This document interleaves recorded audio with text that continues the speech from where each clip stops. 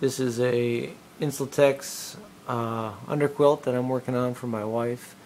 As you can see, there's these little tucks I've got sewn into it. They're actually going lengthwise to the quilt, and the little torsional this end, they're all sewn down in one direction. On the opposite end, they're sewn down in the other, in the hopes that maybe it'll make this want to stand up some if it's being pulled tight. I don't know. It seems to. I think just the fact that it's there will create a small air gap between the layers, and really that's all we really need. But it can't hurt to throw in the little torsional tuck and see if that gets us where we're going.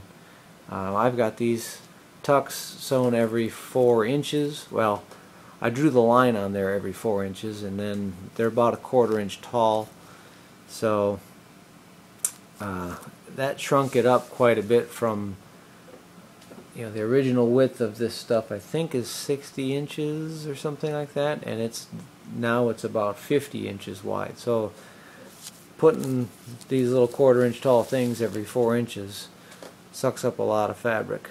The good news is that's still plenty wide for what I intend to do. So another unknown event that would take place was that the overall length of this shrank by about 2 inches from sewing it. So it tends to want to bunch this stuff up a little bit as it's going through. So if you're not pulling it tight, it's going to shrink on you. I think this started out being 5 feet 6 inches long, and now it's 5 foot 4 inches long. Same with that one over there on the floor. The good news is they both shrank the same amount, so I don't really have to worry about that.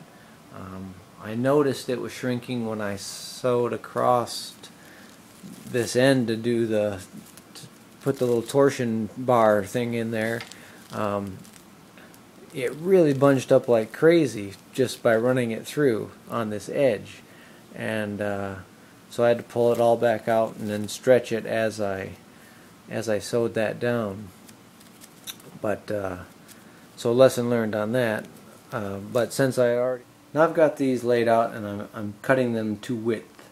When I started, I just kept that normal width of the fabric, put all the tucks in, and now I've decided that I just need a 1 inch differential between the layers. Randomly decided that, and I'm just trimming off the sides of them to the appropriate width. So the first layer is going to be 48 inches, the second layer 49, the third 50, and we'll just trim them up, and then we'll sew them together. This is the third layer of the underquilt that can just remain flat. It doesn't need the tucks sewn into it because it's just going to sit on top of the tucks, and then it's going to have the nylon outer shell on it, and no need for tucks to hold the shell away either. So that was just cut to size, again 1 inch larger than the size under it. Okay, what I've done now is cut the top cover, or the nylon cover, and I hemmed. Well, first I cut the whole thing long on both ends.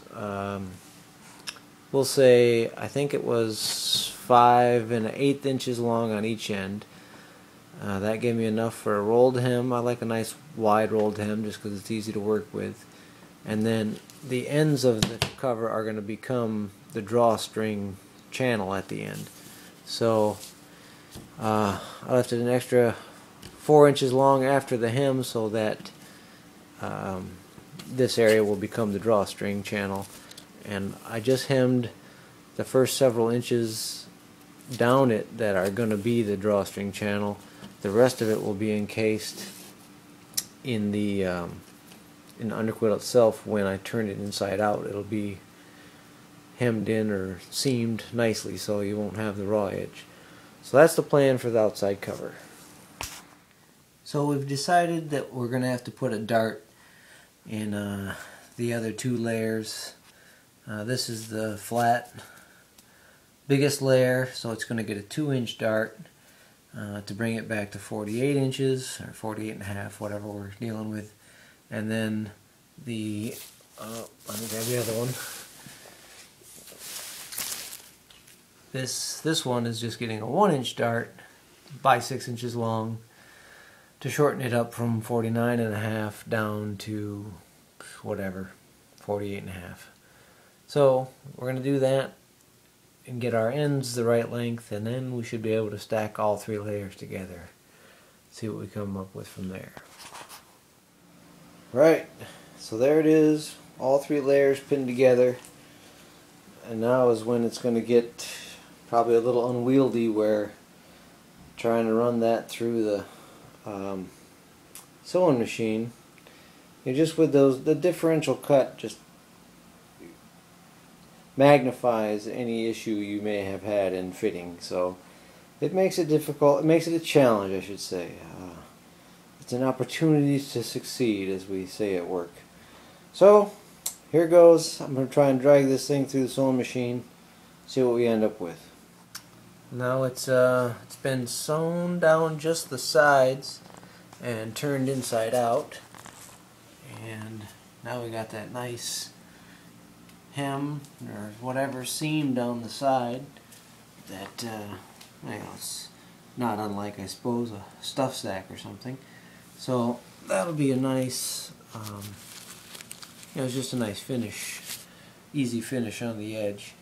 And up here now, where I had hemmed this, just the way that worked out, I'll just be able to fold that hem in, and then this is going to be sewn down, and this will become the drawstring channel to seal up the ends of it. So that's next, is getting this all sorted out, and I'll check in with you after I get that. Now here is the finished draw cord end. You can see I put a little piece of webbing on there to just sort of double it up, and with a grommet coming through and my shock cord, I put a bead on it, so it definitely, so the knot would bear against the bead, which will bear against the grommet, and then the actual adjustment is in the center of the channel. Same deal, the 2 pieces of shock cord come out of there, line lock, and a bead on that so it can't be pulled through the line lock and accidentally lose it into the channel. And then the same scenario, a bit of webbing, grommet, bead, stopper knot, and then you just pull it from the middle to adjust the, cinch up the end like a drawstring. There's the underside of it. Nothing really to see there. But yeah, time will tell if this is a good idea or not. But next thing to do is just sew on the suspension tabs in the 4 corners. Now I've got the corner tie out, or the suspension tie out sewn on in all 4 corners.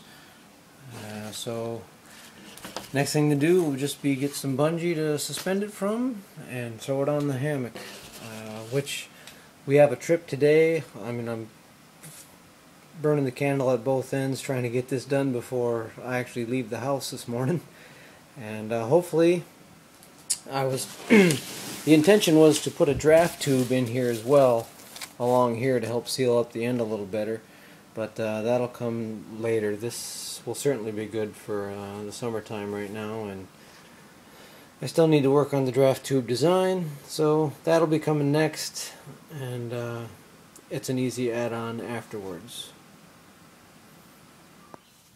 Well, here it is in action. I was finally able to finish it. However, I wasn't able to get it rigged last night, but I got it rigged up now. There's a little gap right here. We might be able to seal it up, and But the drawstring on the end is working pretty good. She's looking pretty tight everywhere else. This is the head end. It's sealed up really nice there. And just standard bungee suspension holding it on. Didn't have any beaners, so I just made some quasi soft shackles. But come out good, I think. Probably a lot wider than I needed it, but better enough. Too much coverage and not enough.